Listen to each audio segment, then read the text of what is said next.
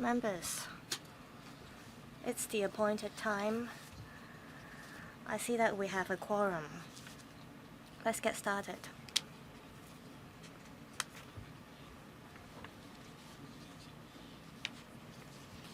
Agenda item 1, information papers issued since last meeting.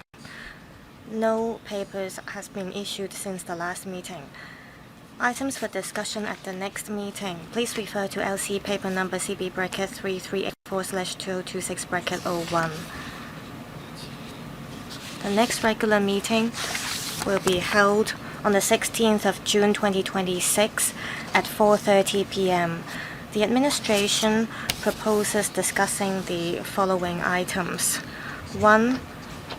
Latest development of values education in primary and secondary schools. The administration will report to members the latest development of values education and the relevant support measures. Second item, Sister School Scheme and Guangdong Hong Kong Sister Kindergarten Exchange Program. The administration will report to members the latest development of the above schemes. Do members have any views on the items to be discussed in the next meeting?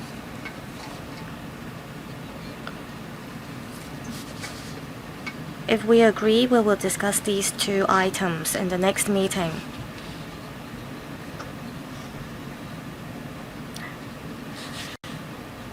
Agenda item 3, that's the first discussion item for today's meeting. It is the latest progress of promoting studying in Hong Kong. We have an hour for this item. I'll invite Secretary for Education as well as the representatives from the University Grants Committee. Before the Secretary walks us through the paper, I'll ask members who'd like to speak to press the request to speak button.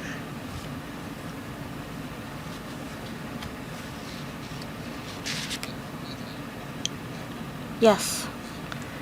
Professor Priscilla Leung. I couldn't press the button. It's a technical problem. I pressed the button for a very long time. Right, I'll ask the Secretariat to take note of this problem. We might have to update the equipment. I'll ask members to be brief, and Secretary as well, please respond to members' questions briefly. So, Professor Priscilla Leung will have a chance to speak. Thank you. I'll now ask Secretary to walk us through the paper, number CB bracket 3384/2026 bracket 02. Secretary, please. Thank you, Chairman. The National 5-year plan sets out the support for the Hong Kong and Macau SAR to build ourselves into an international hub for high-caliber talents. The SAR government seeks to contribute to our country to achieve the goal of building our country into a leading nation in education by 2035. The Education Bureau plays the role as a two-way platform for bringing in and going global. And this is to inject new impetus to our country as well. We have the high connectivity with the world as well as the strong support from our country. We have 5 world's top 100 universities, and our Study in Hong Kong brand has been recognized both locally and overseas. Especially, we achieve great achievement in academic influence, research standards, and internationalization. 4 of our universities are placed among the world's top 10 most international universities. In one of the latest 2020 ranking, Hong Kong University and the Chinese University of Hong Kong are still ranked top 10. And all our universities in Hong Kong are ranked top in Asia as well. Our continuous achievement shows that our measures to enhance the competitiveness have been effective. This also shows our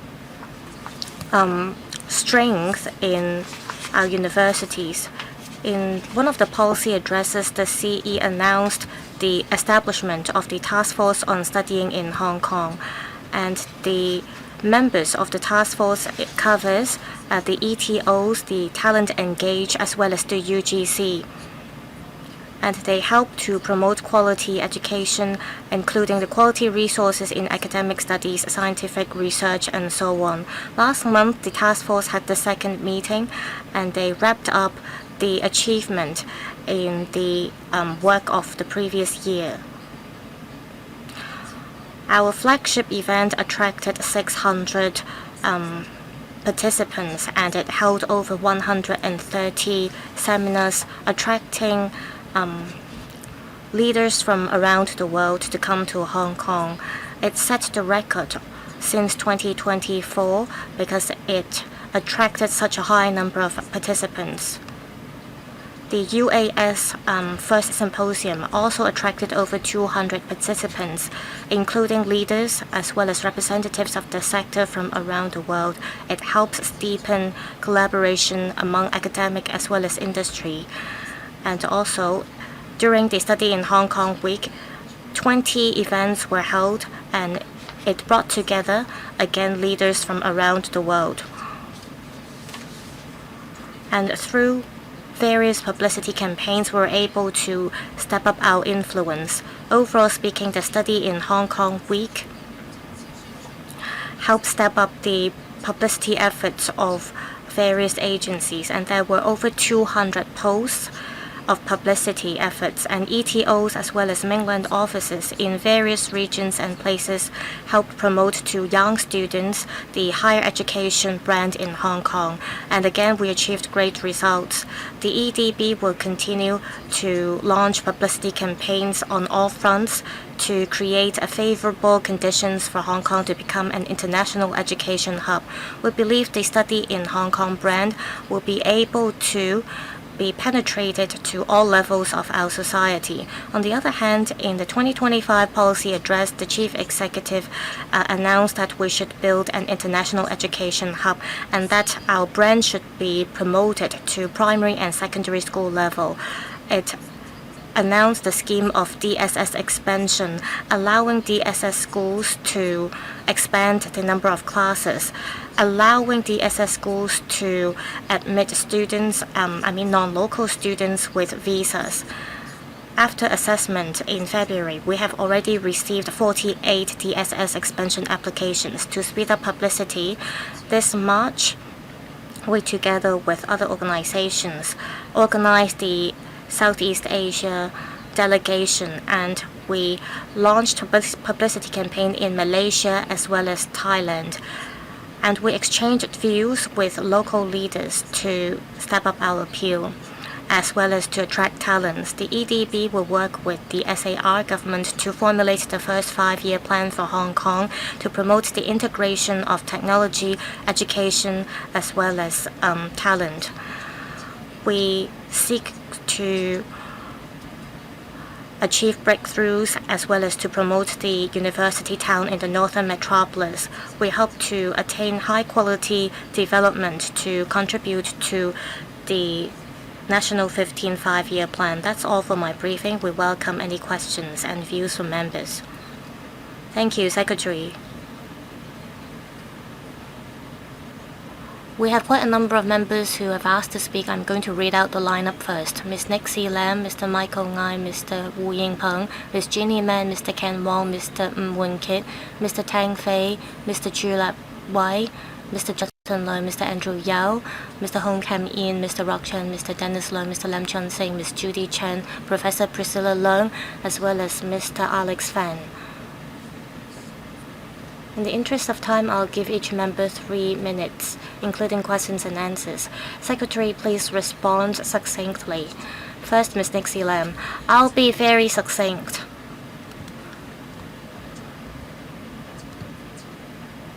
I see that the SAR government strives to recruit students from Belt and Road countries. I want to know if you have the number of students from Belt and Road countries that are studying in the higher education institutions in Hong Kong, and how effective have your efforts been? I know that you want to attract more talents from overseas to Hong Kong. If we're able to retain them, I believe that it will help Hong Kong become more influential. So I want to know if you have the number of students who came from other places and how many of them actually stayed in Hong Kong after their studies. Secretary. I'll first speak about the Belt and Road Scholarship. Afterwards, I'll see if the UGC has the latest figures. Every year we have 150 quotas under the Belt and Road Scholarship scheme, and it's been well received, and every year we manage to use up the 150 quotas. As for students who came to Hong Kong not through the Belt and Road Scholarship schemes, normally speaking, we don't keep a breakdown of the number of students who come from the 78 countries. In year 2025-26, we had 79 students. We have students from 79 different countries coming who used the 150 quotas. So the scheme has been well received. Among the 150 quotas,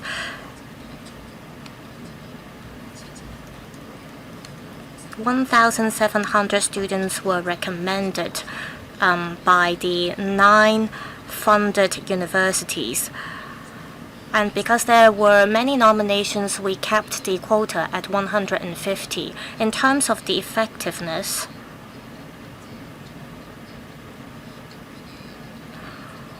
we have students who came through the Belt and Road Scholarship scheme every year. They are very grateful to the scheme, which allowed them to come to Hong Kong. There were students who came from countries that are not very wealthy. And because of these students, we're able to strengthen our network with various countries. They had a very good experience studying in Hong Kong, and this helps us improve our network with other countries, and that would benefit our socio-economic collaborations with other countries as well. Professor, would you like to supplement? I thank members for the questions. For non-local students who studied at funded universities, they account for 72%. For mainland students, they account for 72%, and over 20% of them are from Belt and Road countries, and most of them are from Indonesia, South Korea, Kazakhstan, as well as India, Vietnam, and Malaysia. Thank you. Next, Mr. Michael Ngai. Thank you, Chairman. I see that the study in Hong Kong policy measures have been effective, so I congratulate the administration. There are no information about the employment status of non-local students. I want to know if we have any figures or statistics that cover the distribution of non-local students in various industries. I want to know if the administration will set up a database showing the contribution of non-Hong Kong talents. As at March 2026, over 1,400 inquiries were received because of the change in overseas education policies, and 80 admission offers have been issued. I want to know, among the 80 offers issued, how many students actually came to Hong Kong for studies because of the offer, and what were the reasons behind for those who did not choose to come to Hong Kong. Also, I want to know, in case there were any unforeseen events that happened overseas, how would UGC cope with them? We should be able to cope with any geopolitical tensions or risks. Thank you, Chair. On the first question, non-local students from Belt and Road countries, whether they stayed in Hong Kong after graduation, and employment specifics. We have sent out some questionnaires through these universities, but respondents can fill out them voluntarily on their job opportunities. And this is about their privacy, so it's hard to force them to report this data. We'll see if we can get the information from UGC, but since it's voluntary submission, we can't get any useful information. There are a lot of factors in post-graduation employment for non-local students: family reasons, career options, or there are a lot of other factors, political tax factors, example. So it's really difficult for us to assess the effectiveness of the program with the number of students staying in Hong Kong, but we can look at the number of non-local students studying in Hong Kong, and these students have brought to Hong Kong some benefits. For example, higher quality of post-secondary education. There is a positive impact with more students. We can hire more professors, so the higher number of high-quality students and staff members will benefit Hong Kong, giving us larger talent pool. At the same time, non-local students in Hong Kong can enjoy diverse campus culture, and this will allow us to nurture internationalize the talents and build international networks. As I said, last year, 1,400 students came to Hong Kong because of Harvard University and other geopolitical reasons. We received 1,400 applications, and we issued 80 admission offers. We haven't tracked down the numbers, but we believe since the students came to Hong Kong, whether they were admitted or not, they may have received more than one offer. Maybe they have gone to other places, but I believe quite a number of students have ended up studying in Hong Kong. Next, Mr. Wu Yinpeng. Thank you, Chair.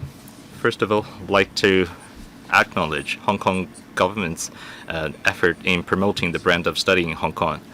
Recently, I talked with a few LegCo members, and we sponsored some Nepalese students in their study in law school. We support them in participating in the moot court arbitration competition, and we introduced the benefits of Hong Kong and China, and the advantages of one country, two systems, and the achievements in China. And we encourage these Nepalese students to tell a good story of Hong Kong and China. We noticed that the Belt and Road scholarship has seen 830 students coming from 57 countries. And so my question is, after graduating from universities, of course, it's up to them if they will stay in Hong Kong. But is there a mechanism or measure to encourage these students to tell good stories about their experience in Hong Kong and China? Secretary. Mr. Chair, it's important to give good experience to the students in Hong Kong. If they need to tell good stories about our country, they need to have good experience here. So we have reminded our universities to do so, especially building an inclusive campus with multiple cultures, so they can enjoy diverse experience and a good studying experience. So this will allow them to tell good stories about Hong Kong. We can see that all 8 universities have done a good job in this. And secondly, are there any connections with the students? As we have this task force for study in Hong Kong, overseas ETOs will also work with the students who have studied in Hong Kong. They will keep in touch with them. If they're still in Hong Kong, if they haven't graduated yet, every year for this Belt and Road students, we will have at least one gathering with them every year, so they can know students coming from the same country, but also students coming from other Belt and Road countries. This way, we can build an alumni network of Belt and Road country students. Over time, this network will be expanded. Thank you, Chair. Next, Ms. Jeannie Man. Thank you, Chair. The paper states that we will promote study in Hong Kong brand in secondary schools. I have two questions. One is regarding IB courses. We allow DSS schools to expand their quota. In the list of accredited schools, apart from DSE courses, IB courses are also available. 7 of the schools offer IB courses. We believe IB courses are attractive to overseas students. To promote this brand, we need more IB courses available in schools, so the next generation of these professional talents and overseas students can study in these courses for application to overseas universities. Do we have any plans to support DSS schools to open more IB courses? On resources side, these schools are not only expanding students' enrollment, but they need more resources. For example, language support and other educational resources. If we expand the quota of the schools, do we have any supplementary resources to the schools so they don't have to bear the extra costs? Thank you, Chair. Secretary, 2 questions. On the first question, regarding our measures to support DSS schools to open more IB courses. In secondary schools, IB courses in Hong Kong are widely recognized. They are top-tier courses. It's an important component in secondary education here in Hong Kong. So DSS schools will look at this higher number of non-local students. To allow them to open more IB courses, we raise the upper limit of IB courses to 49%. They can't be higher, however, than our local IB courses. This is our principle. The expansion of quota for DSS schools can only be done in a self-funded way. The government will not support them to enroll more non-local students, so they need to look at cost benefits and gauge how much resources can be invested. Everything is voluntary. So in the pilot program, these DSS schools will need to bear the costs on their own because they can't get access to the resources only available to local students who are government funded. Next, Mr. Ken Wong. Mr. Chair, in recent years, the government is actively promoting studying Hong Kong brand, and UGC is also supporting the increase of non-local quota to 50%, and we're actively participating in international educational exhibitions. But I have another question. If we can draw on the experience of European universities, ECTS, and also ACTS from ASEAN countries, mutual recognition of credits, the transfer of credits will attract more international students. I'm wondering if the administration will consider working with top universities overseas and education alliances so we can establish a framework for transfer of credits, so we can build joint educational programs or dual degree programs so we can attract more students to Hong Kong, and at the same time we can allow more local students to study overseas. Mr. Chair, regarding attracting non-local students, we have introduced a series of measures. Transfer of credits has to do with our universities and the specific measures of different universities when it comes to school enrollment. The universities have the right to choose their own students. The transfer of credits is different from subject to subject. They can work with other universities with corresponding majors. Through exchange programs or dual degree courses, they can carry out the program for transfer of credits.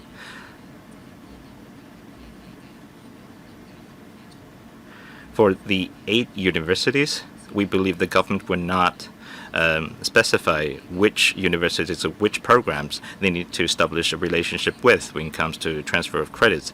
These 8 universities are widely recognized, so when it comes to transfer of credits or dual degree programs or joint programs, we don't see any problems.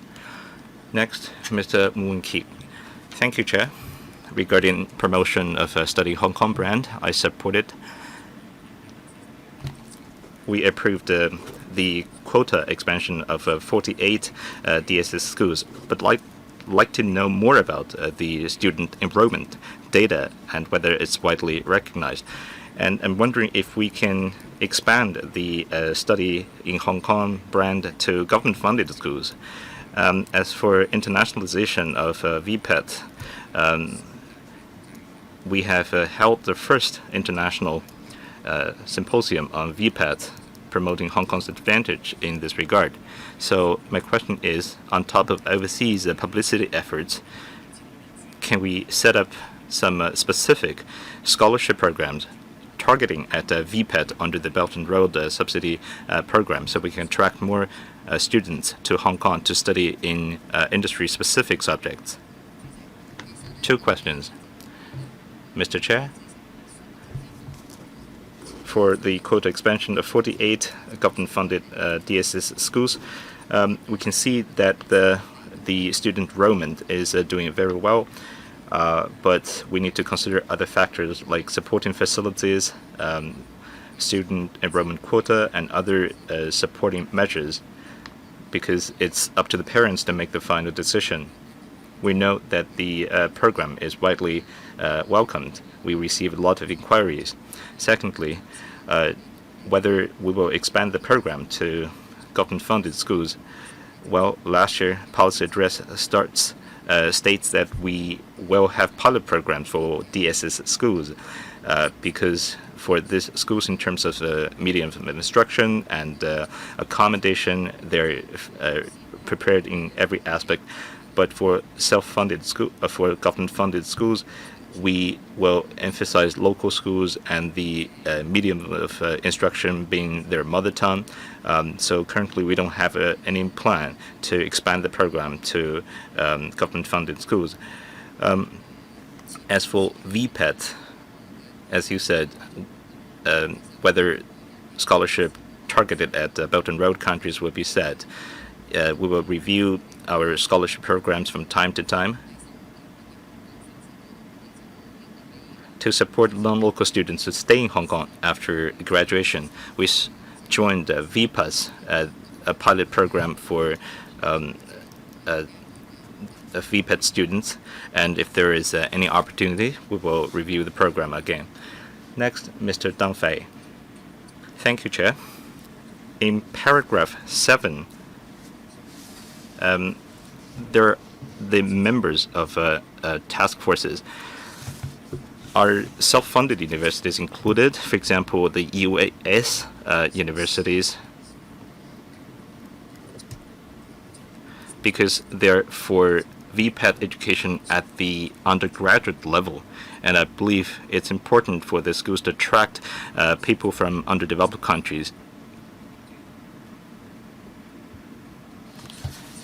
I'm wondering if we can expand the program to self-funded schools on top of seminars and the fora. Are there any things that we can do? As the member said, currently we don't have any plans to expand the program to government-funded schools.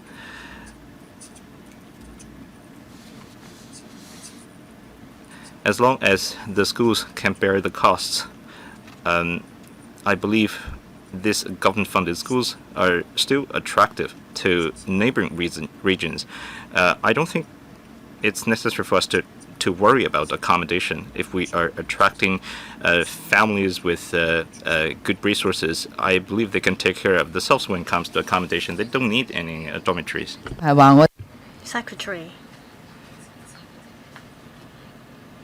The first question is about the promotion of the study in Hong Kong brand to UAS, as well as self-financing institutions. For self-financing institutions, they run on a self-financing basis, and we have 8 UGC-funded universities. We also have 13 universities that provide degree programs. We disseminate this information to overseas students at various exhibitions as well as seminars. We share this information to participants, and self-financing institutions participate in these exhibitions. It's just that we do not cover aided schools at this stage. As for whether we will extend this brand to aided schools,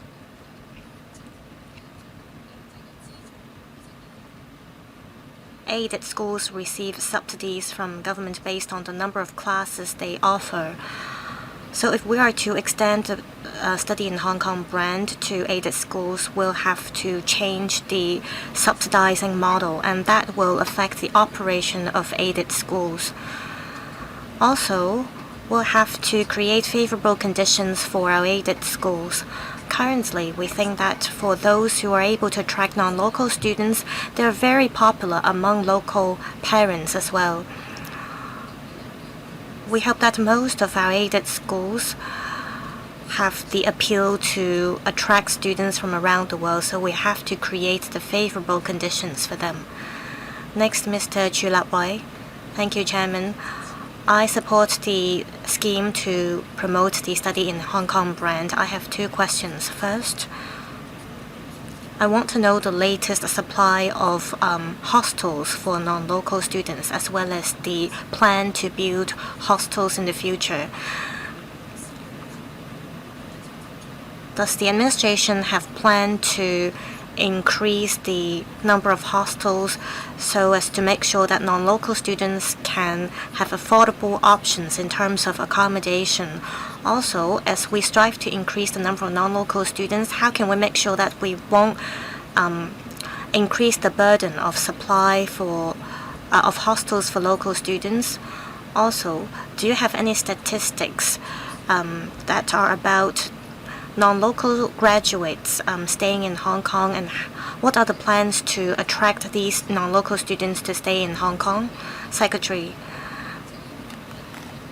in 2018, there was a $110.3 billion of fund to build 15 hostels,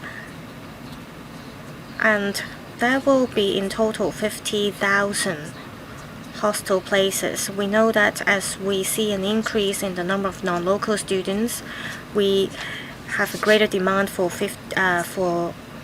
student hostels. That's why we have the hostels in the city scheme to have a private sector's participation. As at March this year, we have about 30 applications under the hostels in the city scheme, and 28 of them met the eligibility.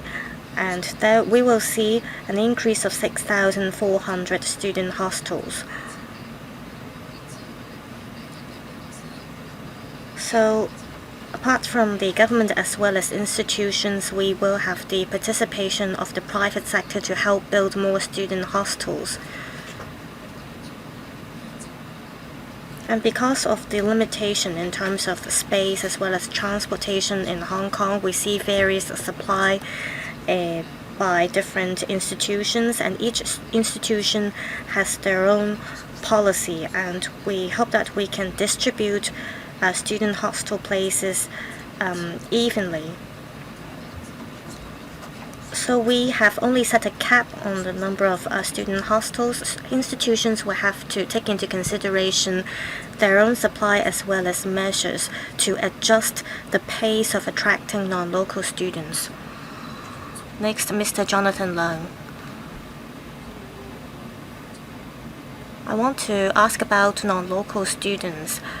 In terms of how many of them stay in Hong Kong and which industries do they belong to, what are the most popular jobs among non-local graduates, how many of them cancelled their visas because they weren't able to secure a job in Hong Kong? Also, I'd like to ask about support measures provided by institutions in Hong Kong.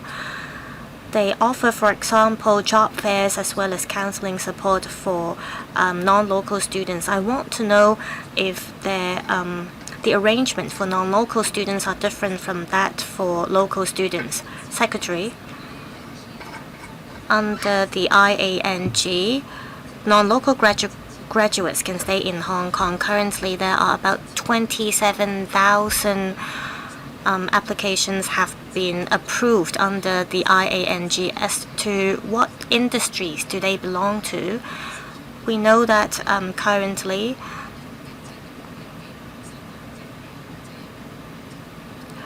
fresh graduates, they do not stick to one job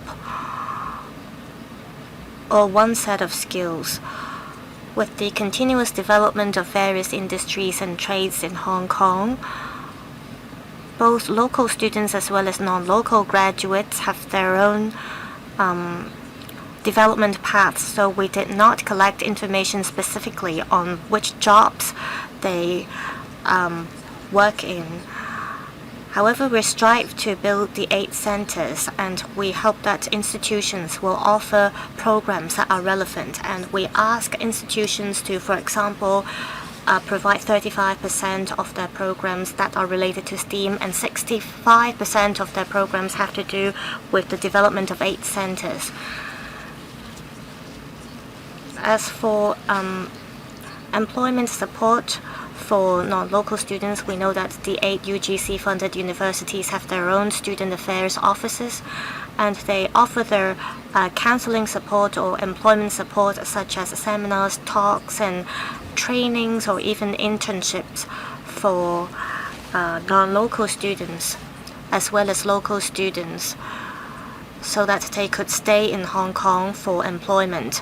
For non-local students, they need support in terms of adapting to the culture in Hong Kong. They need to learn about the lifestyle in Hong Kong. Next, Mr. Andrew Yao. I support the promotion of the Study in Hong Kong brand. That way we'll be able to become a higher education hub in our country. I've done a non-official survey. About 70,000 to 80,000 non-local student visas were issued. Say each of them pay about 200,000 of tuition fees, and each year we will have $20 billion of revenue. They stay in Hong Kong for accommodation as well as meals, and so they help add value to our city. Without affecting local students, I support that we should increase the enrollment ceiling from 20% to even 50% for non-local students. I have a couple of questions that are similar to other members. I want to know if we can conduct more surveys. We should conduct surveys on postgraduates as well as for undergraduates. For undergraduates or postgraduates, I think there is a very high chance for them to stay in Hong Kong after graduation. For example, will they join the INT sector? In the northern metropolis, we will need a lot of INT talents. I want to know if they will be able to stay in Hong Kong to help us become an INT sector as well as an education hub. Secretary.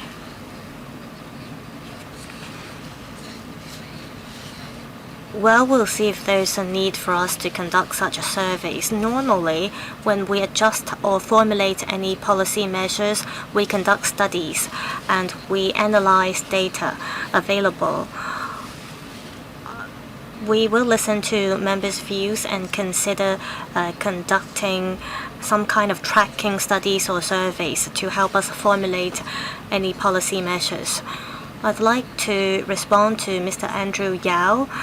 He said non-local students are able to benefit our economy. Apart from tuition fees, they also pay for accommodation here, and that helps create jobs. As for local students,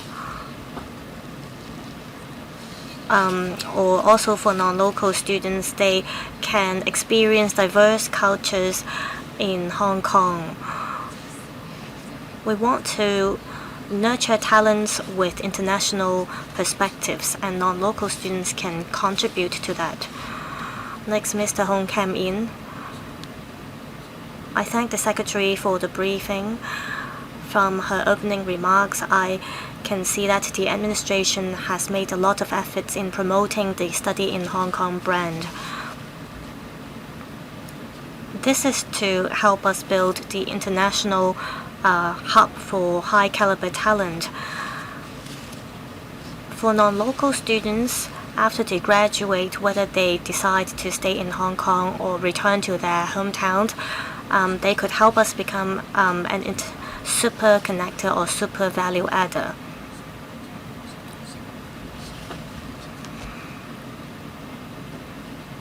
And we are concerned about students pursuing further studies. Some institutions told me that they would like to admit more non-local students. However, because of the limited size of their campuses, or because of limitations of their programs, they could not recruit more international students. So I want to know if there are any policy measures that could help institutions expand their capacity and recruit more students. Also, I've talked to some Klansmen associations as well as the associations from Africa, and they are very willing to help promote the Study in Hong Kong brand, but they do not know what to do. I want to know if the administration will roll out any policy measures to brief these associations about the Study in Hong Kong brand so that we can leverage forces of our community to make things more effective. Secretary. The first question is about how we can help our institutions expand their capacity so that they could recruit and admit more students. Regardless of how many non-local students universities could attract, we make sure that there are 15,000 quotas for local students, even with the decline of student population. And we make sure that we have 15,000 quotas for first-year, first-degree programs for local students. We have short, medium, and long-term measures. For short-term measures, we see that local institutions have been purchasing hotels as well as commercial premises to expand their office spaces.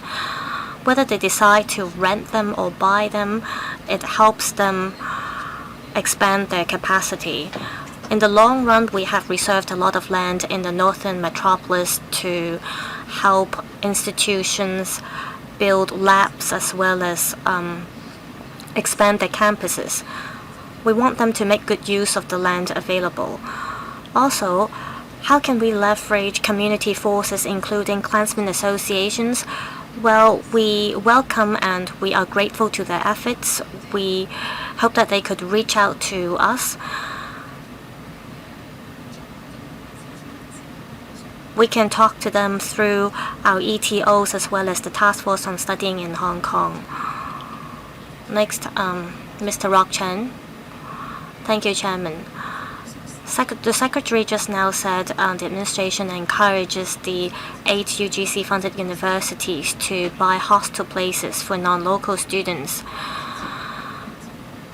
Before the Northern Metropolis project is completed, I want to know if universities have, for example, canteens, libraries, fitness centers, and sports centers to cope with the increase in the number of non-local students. I don't want a non-local student's experience to be affected because of the limitation in space. Paragraph 22 of the paper says that ETOs as well as the mainland offices have been helping to promote the Study in Hong Kong brand. I think all these measures or parties are all interconnected. So I want to know if the administration will help bridge these agencies so that there could be more collaborations among these agencies so that the Study in Hong Kong brand as well as the other brand could be promoted together. On the first question, regarding any other facilities on top of hostels, as I said, with higher quota for non-local students, this is not a rigid target. When the quota has been expanded, they can think of if they have any other facilities needed so they can enlarge the spaces and they can use them more efficiently. Specific measures must be made available for a better experience of students. When UGC assesses schools, students' experience is also part of the assessment criteria. On Study Hong Kong and Study Tour in Hong Kong, whether we have a platform to connect them, I believe the task force just serves that purpose. So Talent Engage and the ETOs and other bureau of the departments of the government, they're there to connect different programs. For example, schools, universities attracting overseas students, and Study Tour in Hong Kong, they disseminate information and step up publicity efforts.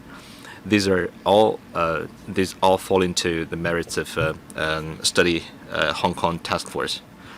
Now we have some colleagues waiting to speak. I will draw a line here, and members can ask further questions. But if the Secretary has already responded to some questions, please be brief. Next, Mr. Dennis Leung, Deputy Chair.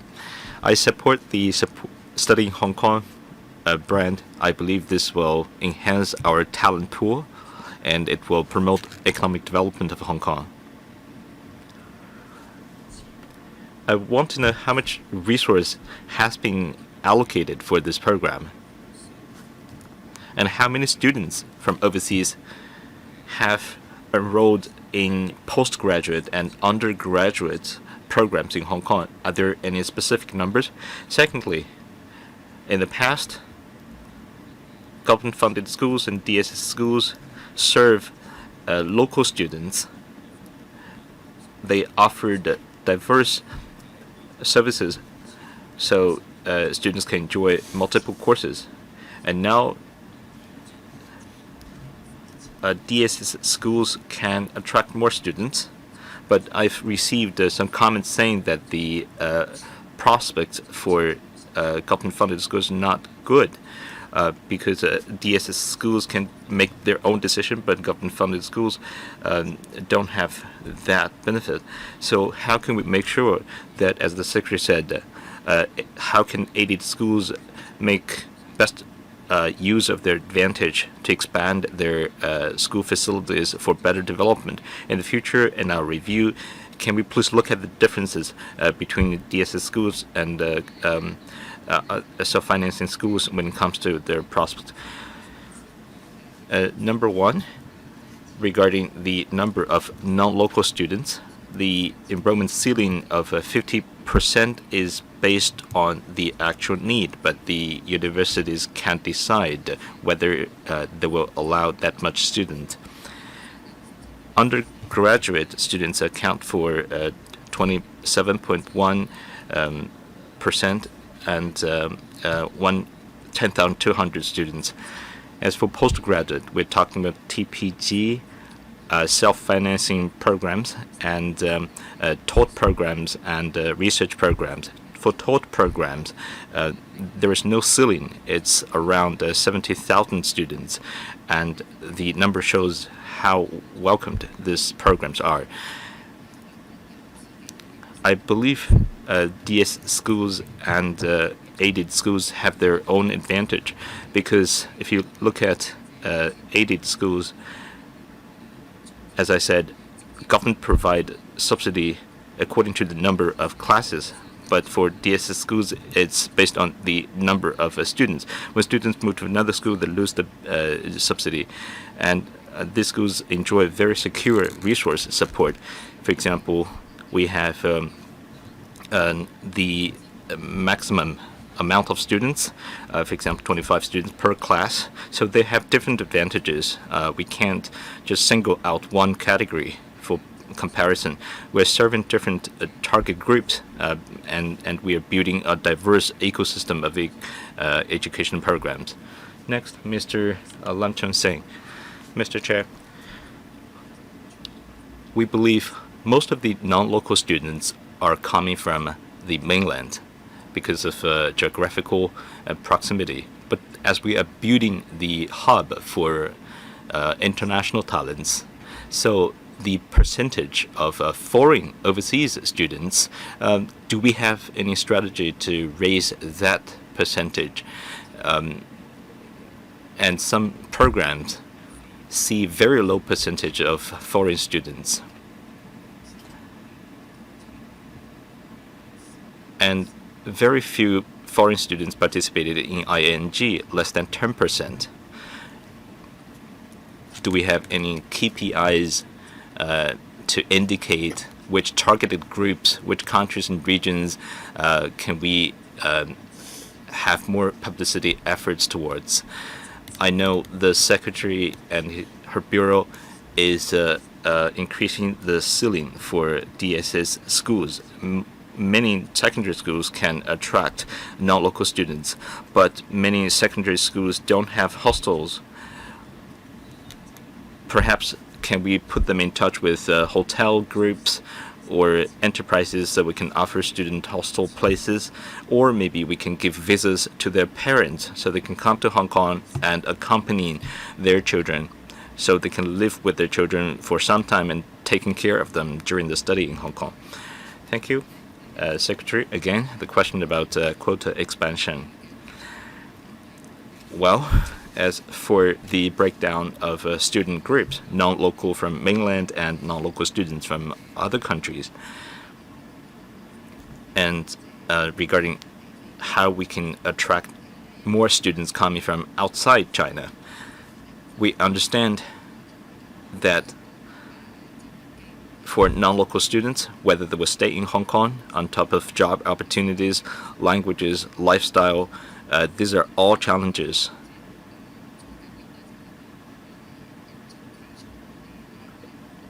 What matters is that they can find good career opportunities so they can contribute to the economic development of Hong Kong, and all sectors and industries can attract talents. So we are not targeting any countries or regions. Secondly, on top of geographical proximity, China is indeed the largest exporter of overseas students. So most of the countries have seen Chinese students being the highest percentage in their student portfolio. We don't have any plans to expand the quota, and we will carry out some pilot programs for sure, but we want to take some steady steps. Most importantly, we need to find a plan where non-local students can enter the schools in a self-financed way, and the schools can carry out the plan steadily. Next, Ms. Judy Chan. Thank you, Chair. Number one, I'd like to know more about accommodation of students. In 2025, the policy address states that the study in Hong Kong branch will expand it to primary and secondary schools. So I'm wondering how we can encourage private companies to offer hotels or commercial buildings as hostels for 8 universities. But as for primary and secondary schools, are they going to think about how they can offer more hostel spaces for students? Because in order to enable these students to integrate into society of Hong Kong, it's better if they can stay in host families. And recently there were news about fake university diploma, as we are actively promoting studying Hong Kong as a brand. It's important for us to know how to identify this fake university diploma. Many of my colleagues are concerned about if these students will stay in Hong Kong serving society after graduation. I heard that there were a lot of programs in place from the Secretary, but whether they're effective, I believe it still takes some time for them to become effective. Of course, if they are attending self-financing programs, it's hard to force them to stay in Hong Kong. But if they have scholarships, can we please add some strings to these scholarship programs and asking them to stay in Hong Kong for a certain number of years after graduation? Number one, as the hostel spaces, when the enrollment ceiling is increased for DSS schools, well, our pilot programs are just there to allow these DSS schools to attract more non-local students. But among 48 schools that are allowed to recruit non-local students, they offer over 1,000 hostel spaces.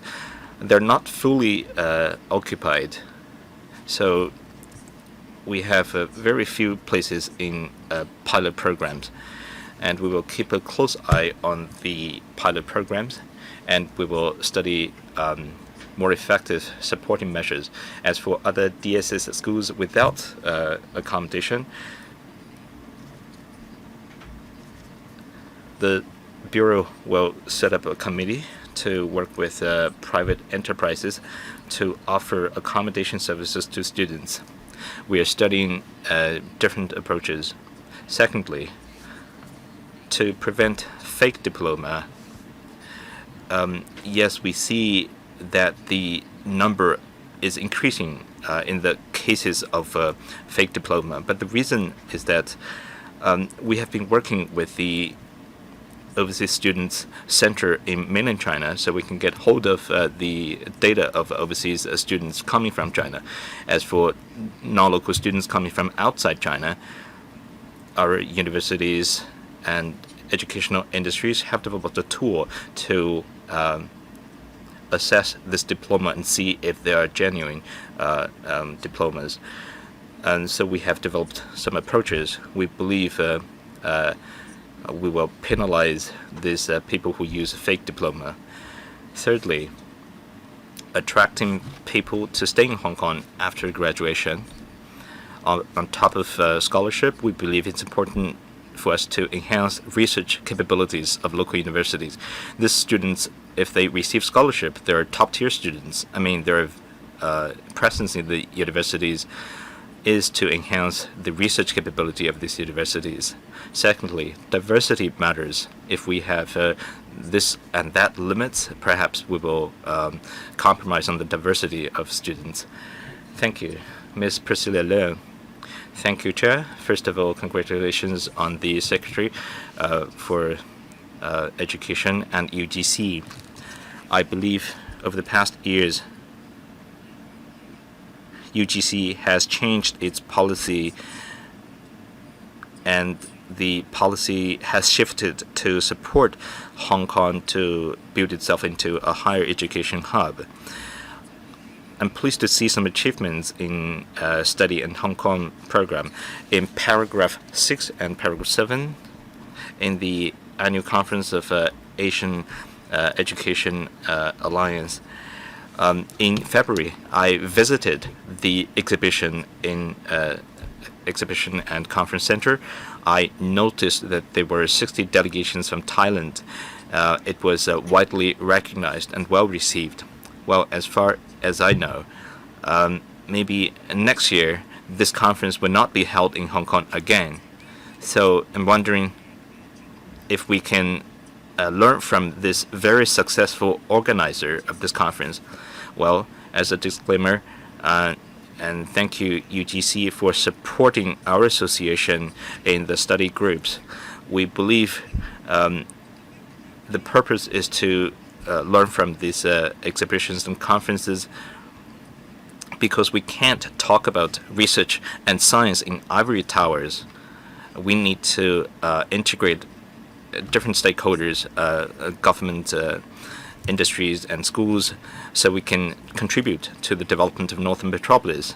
It's not only about commercial properties, not only about the business community. It's about attracting overseas students. For example, if you see in Thailand, they offer many resources, be it big or small universities. But, well, my question is, for the smaller countries, some of them are very active. They say, well, our Minister for Education will be coming, and Secretary. If you go overseas, you see that the heads of universities or education ministries, they're willing to come to Hong Kong. So if we have these countries who are very active in participating in these conferences, how can we attract them? Maybe the Hong Kong ETO in Beijing can offer some help, I believe. On top of the annual conference of API, we have other activities held by 8 universities in promoting studying Hong Kong brand.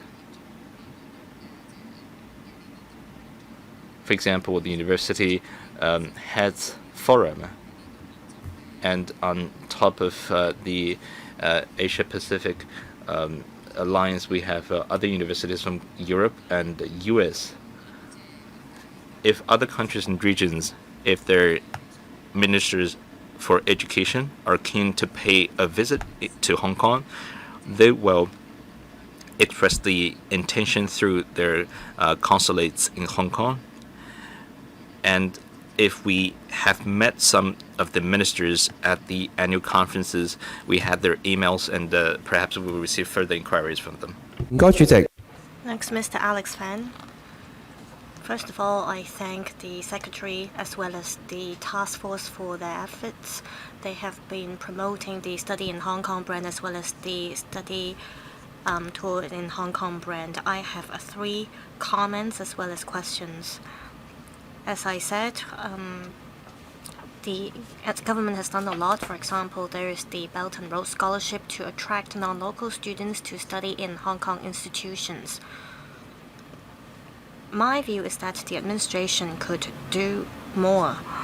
I want to know if the government will consider having the Education Bureau act as the lead, and together with local tertiary institutions, we could set up non-official platforms such as top school database showing the top-tier secondary schools in Hong Kong. And then graduates from these secondary schools can send out personal invitations to attract students from outside Hong Kong to come study in Hong Kong through various scholarship schemes. I know that some community organizations have been releasing some kind of rankings showing the ranking of various secondary schools in Hong Kong.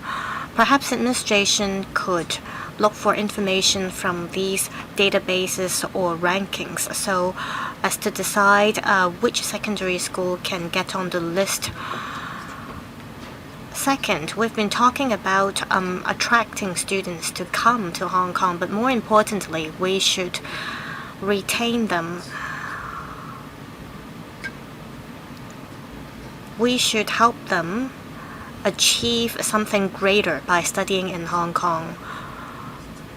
For example, we have the YDC Ambassador Scheme held by the HYAB, and we can follow the same framework and create a study in Hong Kong Ambassador Scheme. We could help students transform the cultural shocks they experience into a sense of belonging. Even if they choose to return to their hometowns after graduating in Hong Kong, we can ask them to tell good stories of our city. Third, about DSS expansion.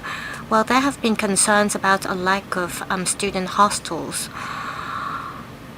While the administration strives to promote the building of student hostels, it should consider whether they should regulate these student hostels, and perhaps institutions could work with youth groups to provide student hostels.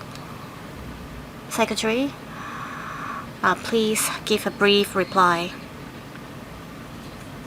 We will adopt a multi-pronged approach, and through various channels we attract the top students from around the world to come to Hong Kong, and I will consider the suggestions made by Mr. Fan. Now, about the point of ambassador scheme, actually various institutions have been developing their ambassador schemes. Third, about our primary and secondary schools, as I said, we're seeking progresses in a steady manner, so we have been working on this. Next, Professor William Wong. I have two comments. Universities often hold STEM-related activities for secondary students to attract outstanding students. Today we're talking about study in Hong Kong brand. I want to know if we should have universities hold large-scale STEM-related competitions to attract overseas students to come to Hong Kong so that they can learn about why they should study in Hong Kong.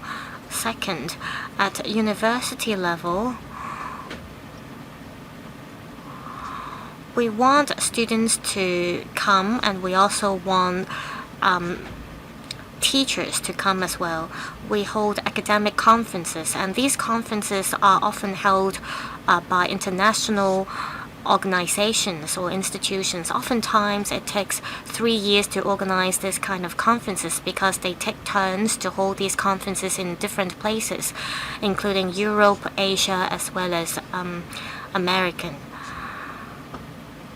These academic conferences are to enable students to learn about the latest development of universities around the world, and these conferences are also for postdoctoral or postgraduate students to learn about Hong Kong, so I think we can make good use of these conferences.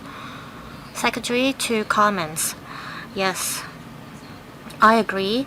In order to attract secondary school students to come to Hong Kong, apart from exchange programs, we also hold study tours that target secondary students. There are also summer camps as well as competitions and study tours for them.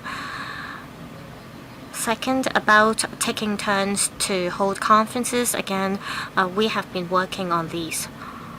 Next, Dr. Hui Simon Lee. Thank you, Chairman. In recent years, the administration has done a lot of publicity work. For example, it has set up the Task Force on Study in Hong Kong.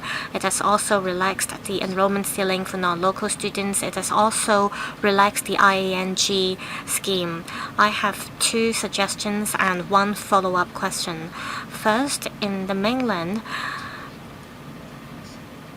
there are many high schools that are interested in taking part in the development of the university town in the northern metropolis.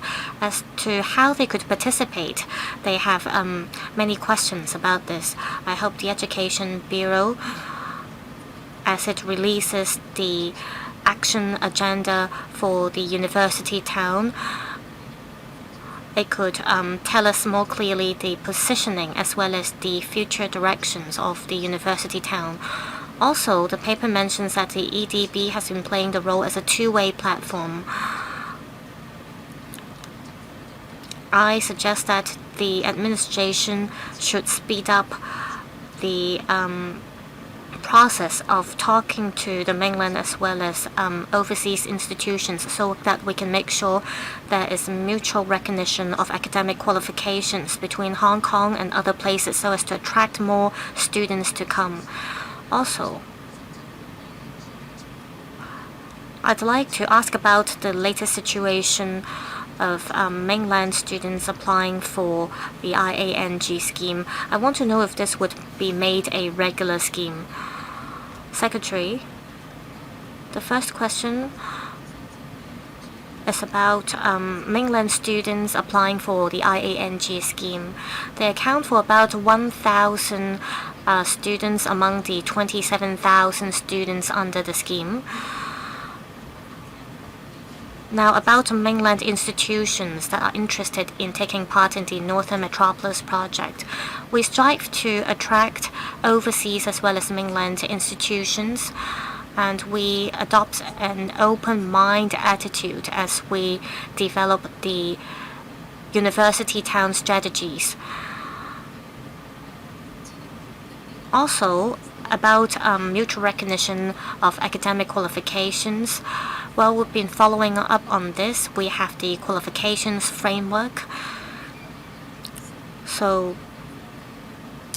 this will help us recognize the academic qualifications from various places, and we've been following up with the mainland on this as well. Next, Mr. Elvin Lee. Chairman, I'm happy to hear that the 8 universities in Hong Kong has achieved great results in terms of their international rankings. I hope this will help us further promote the Study in Hong Kong brand. I'm also glad that the administration has set up the task force on Study in Hong Kong. Next up, we're concerned how we can achieve greater results under this scheme.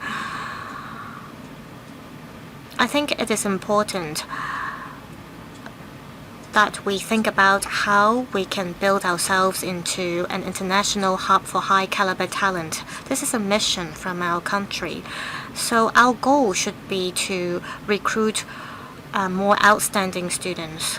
From this perspective, I wonder how we could make use of the Study in Hong Kong brand to enable universities in Hong Kong to attract talents that could benefit our socio-economic development.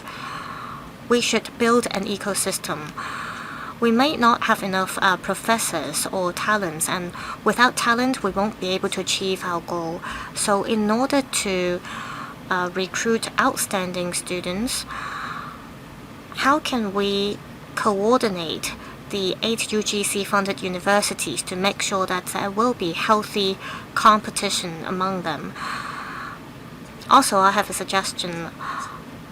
I see that you have launched a publicity campaign in Malaysia. I have been to Malaysia myself as well, and I have learned about the Chinese schools there. I know that they have some 1,000 Chinese primary schools in Malaysia, but there are relatively few Chinese secondary schools. I know that a lot of Chinese parents would like to send their children to other places for study. So I hope the government could speed up its work in this regard. After the first round of publicity campaign, I hope the government could further promote the brand in Malaysia, especially that we have the new ETO in Kuala Lumpur now. Secretary, on attracting non-local students, we want to attract excellent students, and we want to speed up our progress. In order to get into the 8 UGC-funded universities, it's quite competitive for students.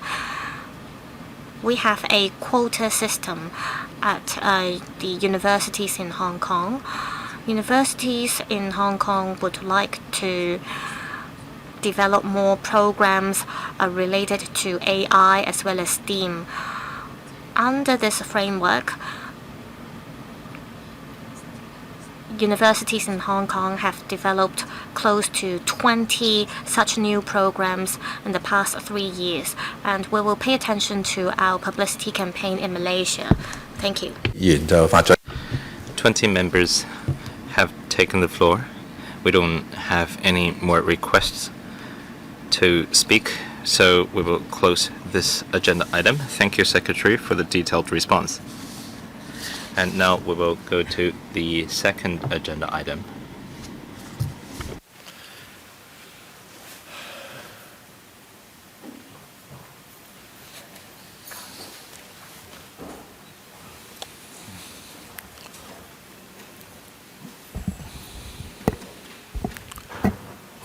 下一個項目呢係香港中。The next agenda item is the Chinese University of Hong Kong Engineering Building at Central Campus and the University of Hong Kong transformation of KK Leung Building into Research and Development Hub. This item relates to public works proposals. All other members of the Legislative are invited to join the discussion. Now, Education Bureau and the representatives from the two universities will now enter the room.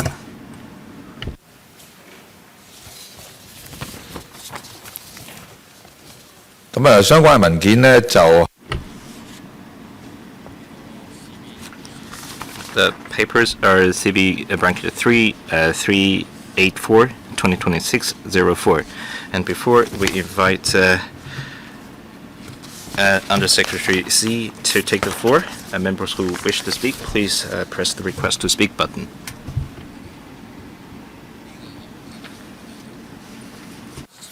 45分鐘左右。 We will allocate 45 minutes for this agenda item.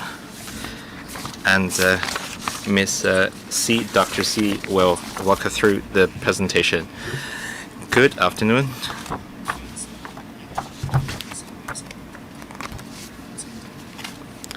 We suggest this campus development project. The KK Leung building will be transferred into a research and development hub, and it will offer auxiliary spaces and offices, and it covers 10,430 square meters, and in the money of the day and manner, the cost.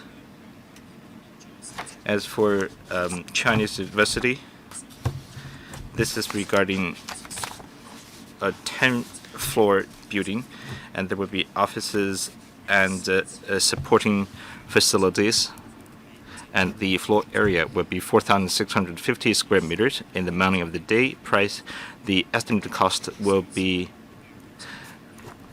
645 million. We encourage members to support these two project plans so we can submit it to the Public Works Committee and apply for approval from the Finance Committee. The HKU and the Chinese University of Hong Kong plans to start projects within this year. I would now invite the representatives from the two universities to walk you through the details of these two projects. University representatives, please. We will start with Chinese University of Hong Kong. HKU first. And we will invite Ms. Bella Fan to walk us through the slide presentation. 我係香港大學。 Good morning, members. And I will now walk you through the plans to build HK University into an international top-tier university and the transformation of KK Leung building. With the AI development, the staff and students will enjoy a better environment in KK Leung building. So individually or in groups, they can study in innovative projects. HKU supports the 15th five-year plan of our nation and technology innovation. HKU vows to make a better plan for the centenary campus so we can make full use of the potential of the land, providing more spaces for interdisciplinary research so students will have better environment for study, and interdisciplinary collaboration and research will be enhanced so students will have innovative views in their study. First of all, as for the KK Leung building's development, I will invite my colleague, Professor Ying, University of Hong Kong. Just like the provost mentioned, our space needs for dry labs, particularly the ones that are suitable for AI, computing, data science, as well as robotics, are rapidly expanding. The university have invested a lot of space for these efforts, but clearly we can't catch up the speed and the quickly expansion of the field. And KK Leung building is built in 1988 and in the center of the university, which is particularly suitable for this purpose. And this is why the university want to devote this opportunity to renovate this building to cope our needs for the data science, robotics research and innovation in the university. Our team member is going to follow up with the more technical details. 各位議員，我係新年陽光，係香港大學嘅物。Good morning. My name is Sunny Leung, Director of Estates from the University of Hong Kong. Before we go to the presentation, there are 3 points that I'd like to remind you of.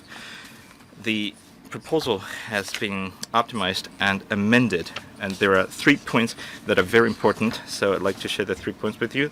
First of all, we reached an agreement with the power supply company so we can increase electricity supply, and especially transformers will be given to Hong Kong University so we can support more laboratories. And this is already prepared in terms of technology. And some plant rooms, after refinement, these plant rooms can be vacated for other purposes like teaching and offices. All these facilities are in the KK Leung building. We don't have to add more floors, but we can use the existing floor area more efficiently.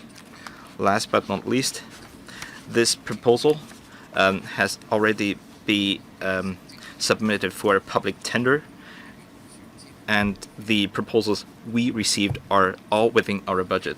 And I would now invite my colleague, Ms. Bella Fan, to walk you through the proposal. This project, the transformed KK Leung building, will co-locate all facilities in one building, so we can encourage sharing of these facilities.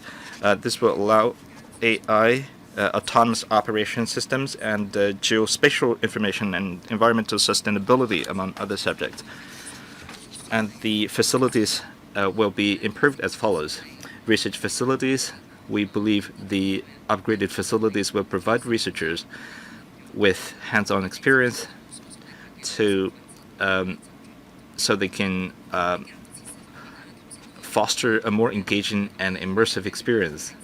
As we said, KK Leung building is in the central location of HKU. Around 15% of the space will serve as a learning hub, including lecture theaters, classrooms, so we can support high-quality teaching and learning of students.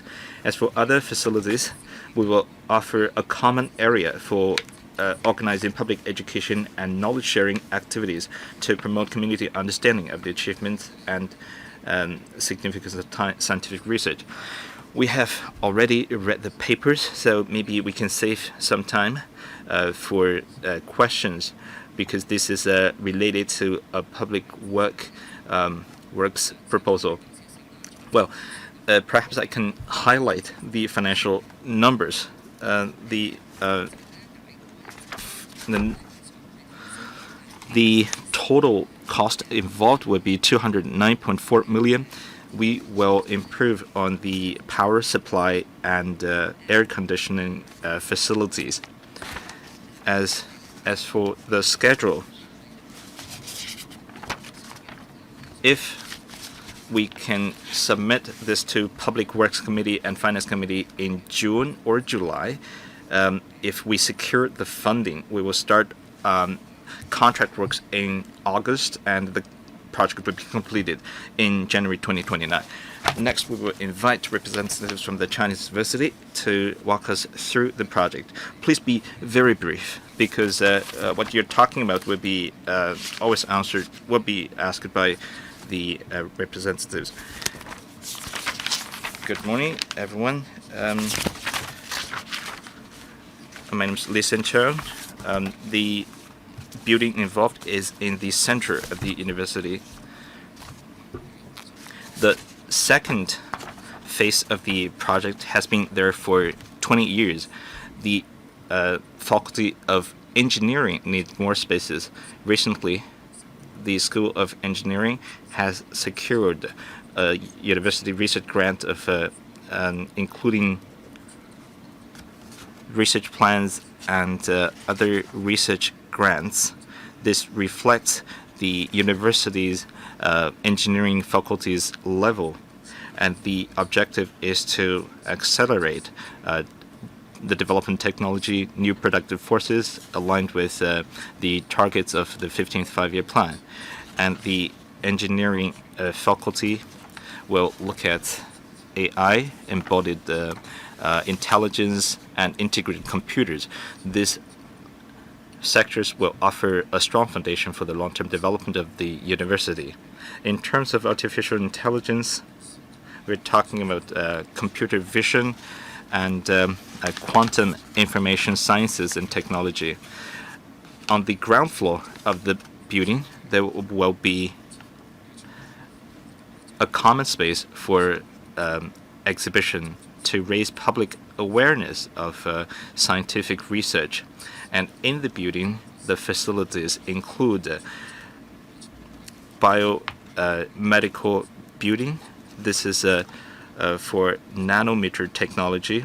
There are some specialized laboratories and some general laboratories. There will be also common area for exhibition and public engagement. And the building will be 10 floors, and 80% of the space will be used for scientific research. And the estimated cost is 645.9 million. If we receive the support from Legical, this project will be started in the third quarter of 2026 and will be completed in the second quarter of 2030. And the tender shows that we have received quite satisfying results. Over 60% of the cost will be for building projects, and this is on a par with the similar cost of high-quality research buildings.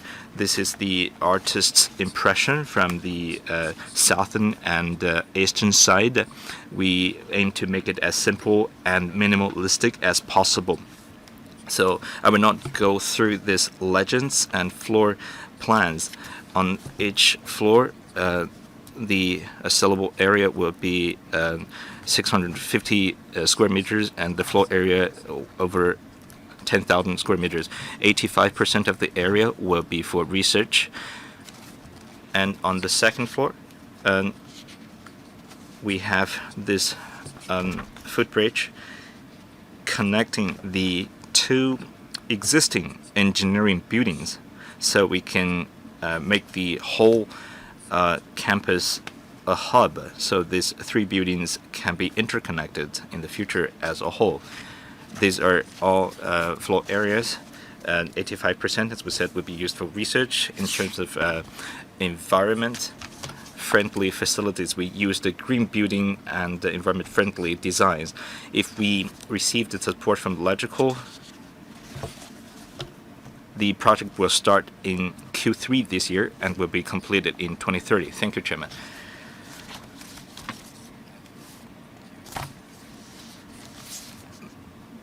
And members, if according to Rule 83A of the Rules of Procedure, if a member has any direct or indirect pecuniary interest in the matter under consideration, the member should disclose the nature of such interest before speaking. Members wishing to speak include Mr. Andrew Yao, Leung Ki, Ken Won, Dan Fei, Dennis Leung, Chu La Wei, William Wong, and Alex Fan. So 3 minutes, including questions and answers. Mr. Andrew Yao, please. Thank you. Well, I am the chairman of the board of directors of Leung University. I support the proposal. I can see that 50 to 60% will be used for laboratory. We're talking about facilities for cutting-edge technologies. Hong Kong needs to contribute to the 15th five-year plan, but how can we make sure that these choke point technologies can be addressed? As for cutting-edge technologies, we see that the two universities have been doing a very good job in developing these technologies to make China more independent in developing their own technologies. Do we have any methods to assess the effectiveness, whether these two universities are really contributing to China to building it into an international innovation center? UGC encouraged different universities to collaborate with each other. So can we probably use this project as an opportunity to encourage cross-university collaboration for resource sharing, so students and research personnel from other universities can also use these facilities, so we can work together and Hong Kong can contribute to the national development with more technological talents. Undersecretary, I thank Mr. Andrew Yao for his support. Perhaps I'll ask the two universities to speak about cross-university collaboration. Regarding the member's first question, our country is taking forward the AI Plus initiative and the National 15th Five-Year Plan. It expressly supports Hong Kong to become an international INT center. Therefore, in the briefing just now, both universities mentioned that in the redevelopment projects, there will be AI-related facilities.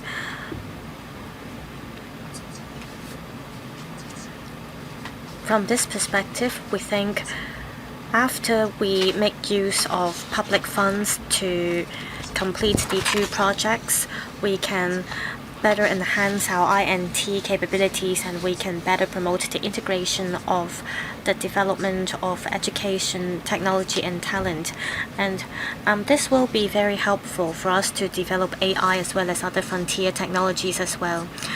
Both the Education Bureau as well as the UGC encourage collaborations. There are dedicated funds as well as schemes that promote the collaboration among universities. Perhaps I'll ask the universities to supplement. Yes, Professor Wong. Chairman, I thank the member for the questions.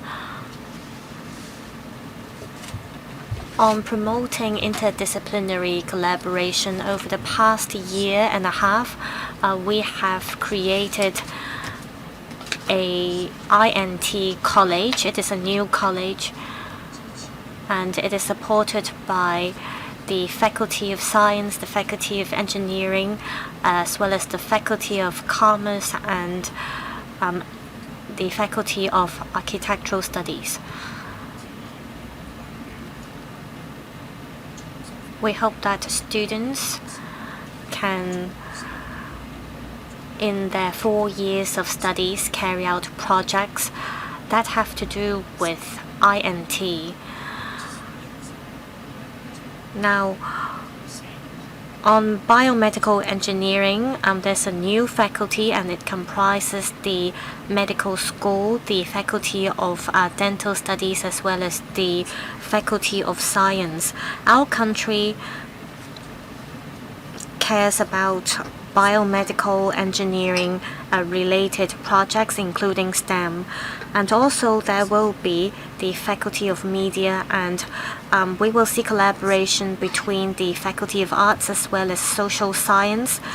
And we will study how we can make use of AI to contribute to new media, for example, films. And also,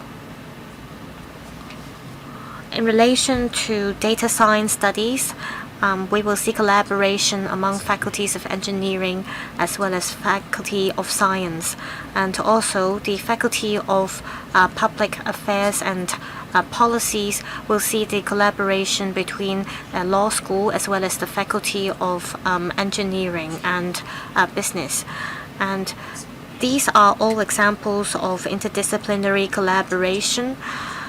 In relation to standards and criteria, the KK Leung building project is to encourage teachers as well as students to make use of the new space for new collaborations. these are the reforms that we're taking forward to encourage collaboration. CUHK? Yes, Professor. To respond to the questions, the Faculty of Engineering of the CUHK supports this redevelopment project because there will be researchers. We have dedicated $200 million for TRS as well as other kinds of large-scale research projects. These research projects are to encourage our collaborations with other universities.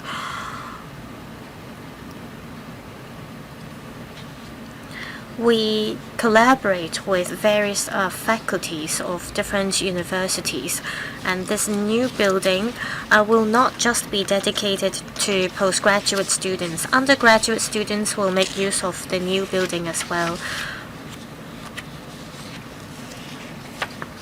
For undergraduates that study detailed analytics as well as interdisciplinary subjects, they are expected to carry out their final year projects in the new labs of the new building. So this new facility will support interdisciplinary researchers. Next, Mr. Mwunkit. Thank you, Chairman. The two redevelopment projects focus on AI. This is to support the development of Hong Kong into an INT center. So I support the proposals. Like Mr. Mwunkit said, these two projects will be using public money. And these two projects will accommodate over 2,400 researchers as well as students. Mr. mentioned about cross-university collaborations. I want to know if the two universities have any plans to collaborate with the industry, especially because there will be the Northern Metropolis, and I want to know if you have any relevant plans to collaborate with other parties.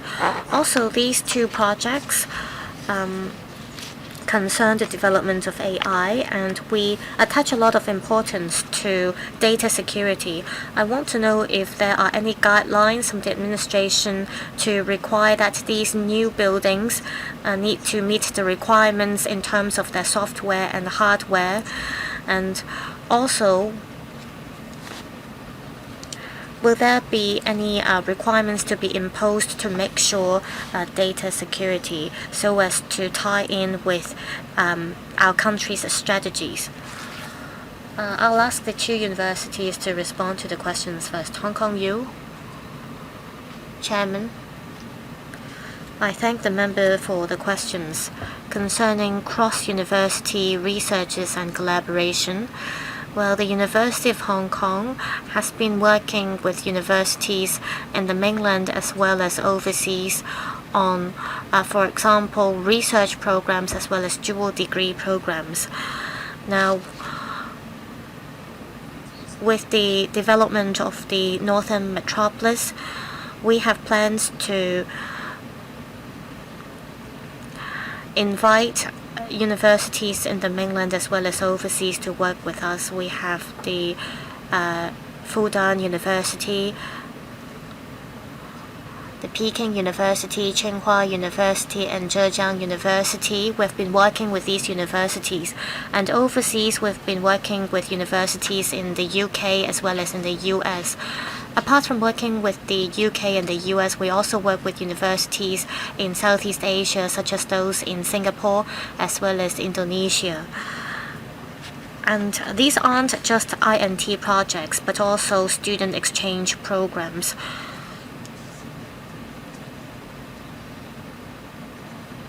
With the Northern Metropolis, we will be able to expand our campus so that there is more room for development.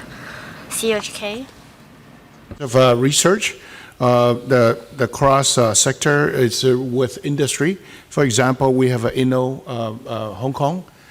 We also have global STEM scholars that promotes really cross domain scholarship, and also the IC STEM labs that are cross-sector. In terms of education, I also like to share that CUHK is really promoting AI plus X. X could be law, could be language, could be business, it could be many interesting digital heritage, humanity. So we are promoting this into various other domains. Thank you. OK thank you。咁啊，下一個問題就係副局長，呢兩 Undersecretary, what are your views? Thank you, Chairman. I will respond to the question of how we can ensure data security in universities. Currently, regarding UGC's regulation, we strive to step up national security, and that's part of our governance effort. We have been working with universities on this. For example, we've been stepping up a university's governance as well as promoting national security. We attach importance to all these areas. Of course, data security concerns national security as well. In this regard, both the Education Bureau as well as the UGC will keep in close communication with the universities in Hong Kong. Next, Mr. Ken Wong. The government as well as the tertiary institutions in Hong Kong have been working to tie in with the National 15th Five-Year Plan. They have been promoting facilities as well as cross-disciplinary researches. I support these proposals. However, we have to make sure that the infrastructure could support our researchers to make sure that we can make good use of our public money. According to the paper, both the Hong Kong U and CUHK projects are to tie in with the National 15th Five-Year Plan, and they will focus on AI, healthcare related researches. I want to know if there are any KPIs set for these hardware. For example, what is the expected increase in terms of the number of patents as well as the number of top-tier scholars that will be attracted? Will these facilities be shared among different universities to make sure that public funds are used effectively? Undersecretary. Thank you, Chairman. I thank Mr. Ken Wong for his support. In terms of how we can attract outstanding scholars and to encourage collaborations among the academia and industry, I will ask the two universities to supplement. I know that this has been promoted for years. Can Hong Kong U respond first? Hi. Hong Kong U. Regarding KPIs, the UGC has been asking us to set out our KPIs. Regarding INT, we strive to obtain patents and licenses, and we want to increase the number of patents and licenses we get, and we will pay particular attention to this area. Next, Mr. Tang Fei. Thank you, Chairman. I don't have any major questions. I basically support these two projects. I am an alumnus of CUHK, so I know how crowded the campus and the relevant facilities are. And I know there is huge demand for research space, so we will need the redevelopment project. As for the KK Leung building project, I was once a councillor of the board of Hong Kong U, and I also see that there is a need to transform the building. And I see that in terms of teaching, and we need these facilities. We cannot only pay attention to the lack of hostel spaces. We also need spaces for teaching and learning. So without question, I support the two projects. All right, no need to reply. And next, Mr. Dennis Leung. Thank you, Chairman. The two projects will see an increase in the number of labs. I know that the CHK has provided information about how the space will be made use of for application of scientific research, but I don't see much information about this from Hong Kong U. I am concerned about the future development of the two universities, especially in the area of academic, industry, government collaboration. How can the universities work with the industry to promote new productive forces? Will there be more I&T researchers? Also, in terms of the resources dedicated by the universities into researchers, I want to know their focus as well as aims. I believe the HKU will answer the question. Please be very brief. Thank you, Chair. Thank you, members, for the questions. As my colleague from CUHK said, we are actively promoting AI plus X. HKU can be an AI hub. We have involved over 20 professors in AI plus X, and every year we will invite more professors to get involved. X means a specific subject, economics, and biology or geographics, etc. So the cross-disciplinary studies will require students to ask questions, and their mentors or professors can provide guidance so they can address technical problems encountered in their research. And KK Leung building is just there to serve that purpose, so students can work with engineers and their professors as a way to exchange ideas to promote the development of AIX. This is a huge investment, and every year we will hire an additional 20 professors. This will allow students to have more resources in studies and research. Can you please answer the question regarding specific number of financial investment? If you don't have the number handy, you can submit to the Deputy Chair after the meeting. Thank you. Next one, Mr. Chula Wei. Thank you, Chair. Regarding the two engineering projects from HKU and CUHK, I support them. I believe they will help Hong Kong build itself into an international technology and innovation center. I'd like to ask a question regarding the effectiveness of public money. I have a suggestion.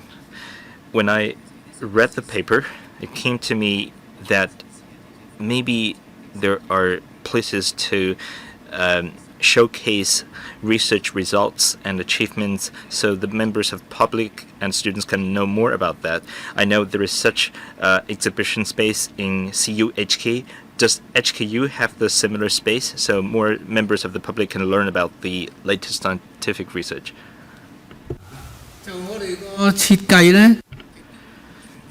Our design prioritizes the value of our university.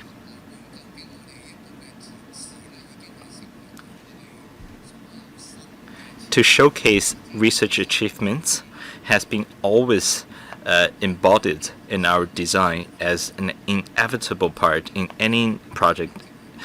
We don't want our students just to pass by, and we don't want the members of the public to turn a blind eye to these facilities. We want them to learn more about them.